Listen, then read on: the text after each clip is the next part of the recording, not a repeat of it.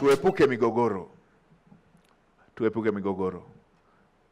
Waheshimiwa mamea, waheshimiwa madiwani, waheshimiwa mamea, waheshimiwa wenye viti, kuna baadhi ya maeneo tunachelewa kutekeleza miradi kwa sababu ya migogoro, migawanyiko. Sehemu zingine tu ni kuhusu wapi pajengwe. Sehemu zingine tu ni kuhusu taratibu za kuendelea kutekeleza mradi. Tuepuke hayo, kwa sababu kwa kweli tunatakiwa tuende mbio katika kutekeleza dira hii. Tuna mambo mengi na muda ni mchache, kwa hiyo tuepuke mizozo. Kule katika halmashauri zetu, katika majiji yetu, katika manispaa zetu, kuna wakati tunakuwa na mizozo ambayo inatengeneza migawanyiko. Hayo si matarajio ya Mheshimiwa Rais. Twendeni tukatimize wajibu wetu kwa kuepuka migogoro. Nilisema siku zile nilivyopata mwaliko wa kushiriki katika moja ya kikao chenu, nikasema na washauri ikiwezekana muondokane na huu utaratibu wa kuchagua makamu wenye viti, makamu meya, wale makamu kila mwaka. Natengeneza migawanyiko. Kila anaposhindwa mmoja anakuwa na grupu lake, anapambana na aliyeshinda. Kwa hiyo kila wakati inakuwa ni makovu ya uchaguzi. Watu hawaconcentrate na kazi. Wakati ule nilishauri. Sasa jambo hili limeletwa ofisini kwangu. Sasa hivi nishamuelekeza waziri wa TAMISEMI, kama ni sheria amwandikie mwanasheria mkuu jambo hilo libadilishwe, kama ni kanuni iandikwe, kama iko kwenye mamlaka yenu kikao hiki mlifute,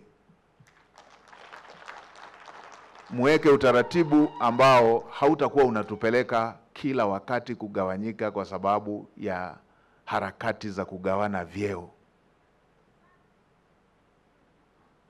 harakati za kutafuta vyeo.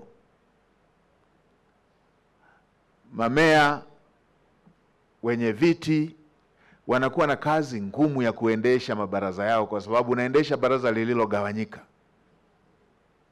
Lina aliyeshinda na ana grupu lake na aliyeshindwa na grupu lake.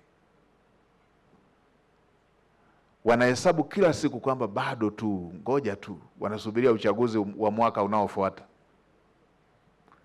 Haya si mambo yanayoimarisha taasisi zetu na utendaji wetu wa kazi.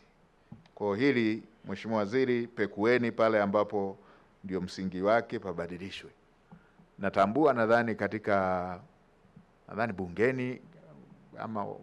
bungeni nadhani mara mbili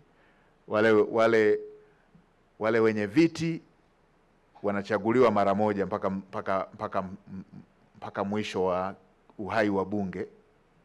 Kwa hiyo meya, mstahiki meya, mwenyekiti wa halmashauri wakishachaguliwa haturudi. Lakini makamu, kama mnataka mmoja asimalize, basi angalau mara mbili katika uhai wa baraza. Lakini hii ya kila mwaka kila mwaka hivi, tayari wapo wanaoendelea na kampeni. Ninyi hata ndo bado mnajifundisha. Wengine wako wanaendelea na kampeni.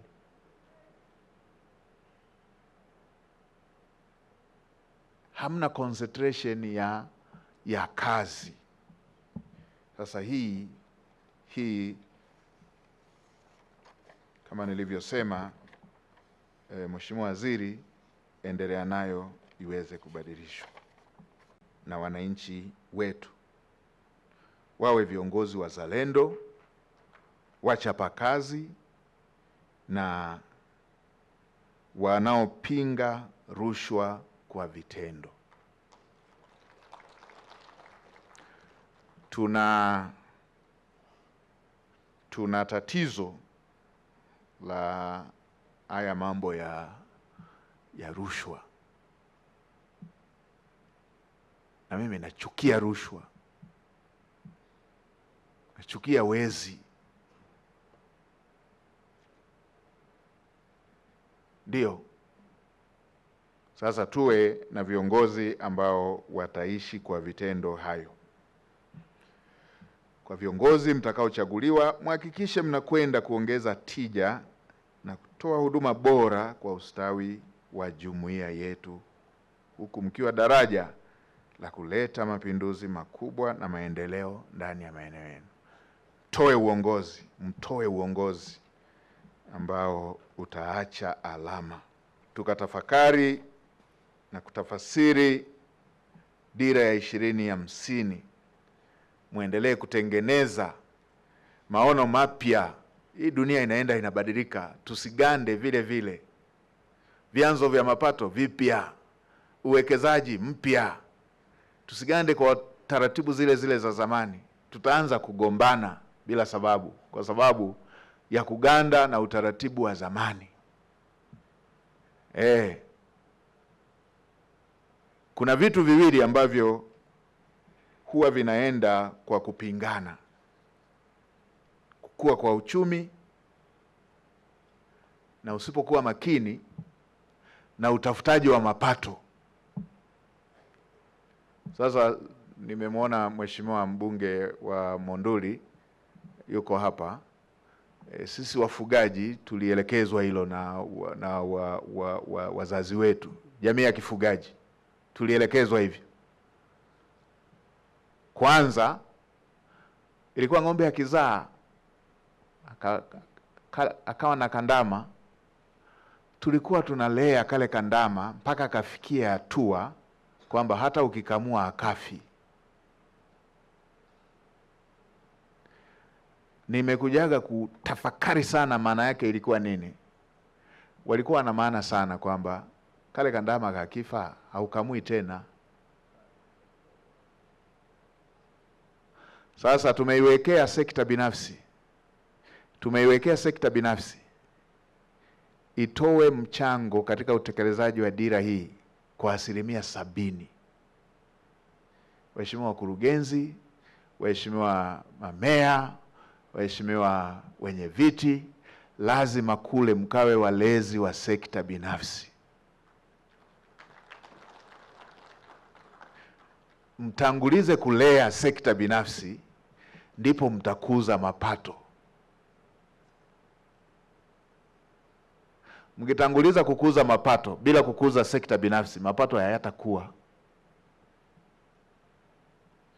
Kwa hiyo hili ni jukumu, viongozi wetu mtoe uongozi katika kutekeleza haya. Mkalee sekta binafsi kwa sababu tunapanga tunaitegemea sana katika utekelezaji wa dira, tunaitegemea sana katika kutengeneza ajira kwa vijana, ajira kwa kina mama, ajira kwa makundi maalum. Kuna vitu viwili ambavyo huwa vinaenda kwa kupingana: kukua kwa uchumi, na usipokuwa makini, na utafutaji wa mapato. Sasa nimemwona mheshimiwa mbunge wa Monduli yuko hapa. Sisi wafugaji tulielekezwa hilo na wazazi wetu, jamii ya kifugaji tulielekezwa hivyo.